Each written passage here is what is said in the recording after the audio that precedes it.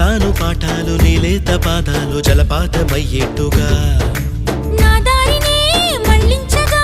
నీకెందుకు అంత పంతం మంచేతిలో ఉంటే కదా ప్రేమించడం మానటం